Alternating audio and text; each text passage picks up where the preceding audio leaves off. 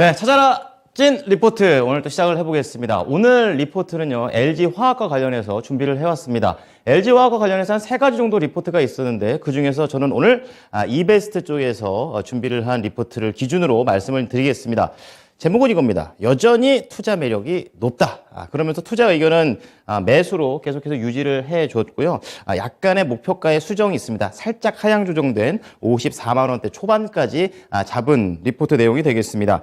최근에 조정분을 좀 반영을 시켰다라는 관점에서 이 정도 가격을 말을 해줬습니다. 자, 그다음 매력 어떤 것들이 있을지 하나씩 찾아보겠습니다. 작년 초였죠. 계속해서 하락만 했었던 LG화학입니다. 이제 좀 바닥 잡고 올라가나 이런 기대감을 좀 갖게 하는데요. 오늘 5.6% 하지만 올라갈 일이 더 많이 남아있는 그런 상황입니다. 지금 48만 9천 원대에서 현재 거래가 진행 중에 있습니다. 자, LG화학 다시금 100만 원 갈 수 있을까요? 오늘 투자 메리트 포인트 좀 잡아보겠습니다. 첫 번째 포인트 바로 이겁니다. 자, 전망을 크게 상회하는 1분기 실적. 뭐니 해도 기업은 돈을 잘 벌어야 됩니다. 그런 가운데 실적과 관련된 내용이 어제 나왔었고 이러한 부분들이 오늘 시차를 두고 반영을 하고 있는 그런 상태입니다. 이 장 초반부터 상당히 강한 흐름을 보여줬던 LG화학이 되겠는데요. 아무래도 시장에서의 포인트는 영업이익, 그러니까 전년 대비 부진했던 영업이익보다는 매출 쪽에 포인트를 맞춥니다. 최고의 분기 매출을 보여줬다라는 측면에서 긍정적으로 봤고요.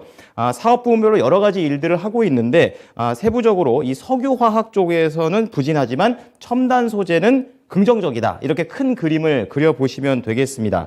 자, 우선 석유화학 쪽 아무래도 부담 요인이 많아요. 중국 쪽에 대한 그런 악재들이 많은데요. 코로나 봉쇄를 계속하고 있는 중국입니다. 이런 것에 계속 영향을 받고 있고 그리고 대규모 증설 계획까지 발표를 어제 하게 되면서 오늘 이 LG화학과 관련된 이 정유화학과 관련된 종목들한테는 그닥 밝은 소식은 아닙니다. 거기에다가 유가가 102달러를 좀 넘긴 그런 상황이겠죠. 이러한 부분들도 계속 문제가 되고 있는데요. 석유화학 측면에서는 이제 확실히 내부적인 요인보다는 이런 외부적인 요인에 영향을 많이 받고 있는 그런 부분도 좀 체크를 해 보셔야겠습니다. 하지만 고부가 제품과 관련해서는 수익이 긍정적이다라는 내용입니다. 11%대의 영업이익을 만들어낸 데는 다 이 고부가 가치가 좀 영향을 미쳤다라고 보시면 되겠고요.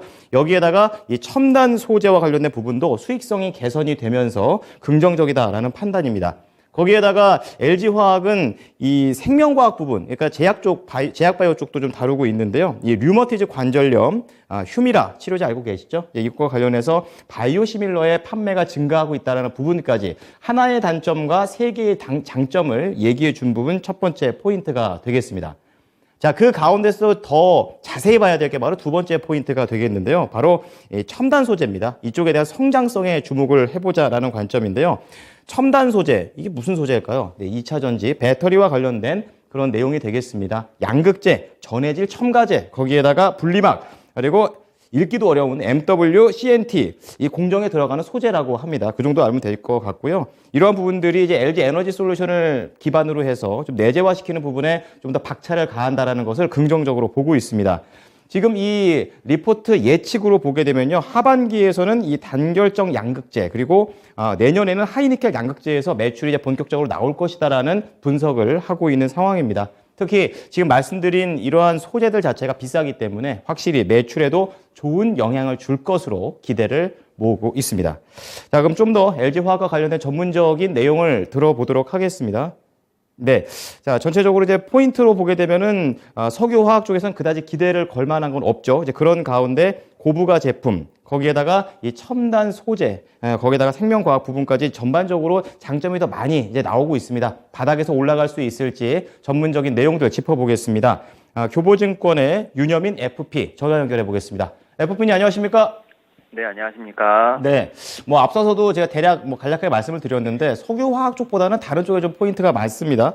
이 배터리 소재 기업으로서 LG화학 얼마만큼 매력이 있다고 생각하시나요? 예, 일단은 이제 앵커님께서 다 리포트에 대한 부분을 좀 요약해 주셨는데요.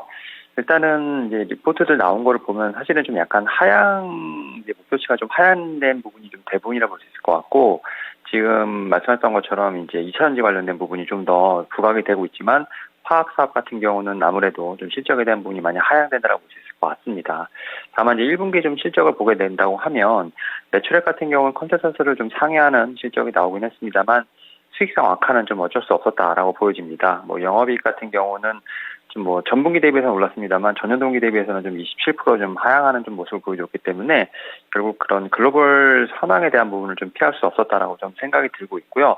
다만 이제 석유화학뿐만 아니라 화학시장 같은 경우는 이제 하반기부터 좀 이제 반등의 여지가 있지 않을까 좀 생각을 하고 있는데 뭐 중국 락다운 관련된 부분들이 좀 베이징으로 좀 도시로 확대되고 있는 부분이 있습니다만 올해를 끝으로 대규모 증설 사이클이 좀 종료된다는 측면에서 봤을 때는 하반기부터는 화학 사업에 대한 분명히 긍정적인 기대감이 있지 않을까 생각을 하고 있고 뭐 첨단 소재라든지 2차전지 관련된 쪽 관련돼서는 분명히 성장성이 높습니다. 다만 이제 LG에너지 솔루션에 대한 실적을 좀 제거를 하고 좀 봐야 되는 부분이 있기 때문에 이러한 부분을 본다고 하더라도 뭐 연 5% 정도의 수익성은 충분히 가능하지 않을까라는 생각이 들고 있고 다만 이제 화학으로서의 어떤 거듭나기 위해서는 좀 시간이 분명히 필요하다는 점 말씀을 좀 드려보도록 하겠습니다. 네. 자, 상반기보다는 하반기 쪽을 좀 더 긍정적으로 내다보고 계십니다. 그렇다면 이 차트로 보게 되면 작년 초였죠. 그때 100만 원 넘어섰습니다. 그 다음부터는 쭉 내려오고 있는 LG화학인데요. 바닥을 잡은 것인지 어떻게 보시는지 궁금하고요. 가격 전략까지 함께 들어보겠습니다. 지금 대부분의 지금 리포트, 증권가 리포트들에서 목표 주가가 좀 하향이 나오는 이유는 아무래도 화학 사업 실적에 대한 부분이 좀 많이 떨어졌기 때문이 아닐까 좀 생각을 하고 있고 특히 LG에너지 솔루션의 좀 주가 하락에 따른 부분들, 뭐 지분가치 조정에 대한 부분도 있을 것으로 보이고 있는데, 그다음 뭐 첨단 소재라든지 전지 사업에 대한 부분이 좀 화학의 실적을 좀 어느 정도 좀 커버하지 않을까라는 부분도 있습니다. 다만 이제 긴 호흡으로 좀 봐야 되지 않을까 좀 생각이 들고 있고, 지금 보유하신 분들 같은 경우는 뭐 전 기술적 반대로 60만 원까지 보고 있습니다만 신규 매수도 좀 충분히 가능하지 않을까 좀 생각을 하고 있습니다. 다만 좀 말씀드렸던 것처럼 분할로에서 44만 원에서 48만 원대 좀 밴드를 넓게 드릴 테니까 좀 천천히 분할로 매수해 보시는 걸 말씀을 좀 드려보도록 하겠고 손절가는 37만 원 말씀을 좀 드려보도록 하겠습니다. 네. 자, 지금 아무래도 LG화학 쪽에서 물려 계신 분들 상당히 많으시죠. 그렇기 때문에 목표 주가 좀 떨어졌지만 좀 갖고 온 그런 부분도 있습니다. 자, 보유 가격은, 보유하신 분들은 60만 원 선에서 기술적인 매도, 그리고 분할로 신규 매수하신 부분은 43만 원부터 좀 가능하다 말씀을 해 주셨습니다. 손절가 37만 원을 제시해 드렸으니까요. 이 부분 참고해 보시기 바랍니다. FP님 오늘 말씀 감사합니다. 네, 감사합니다. 네, 지금까지 LG화학과 관련해서 찐 리포트였습니다.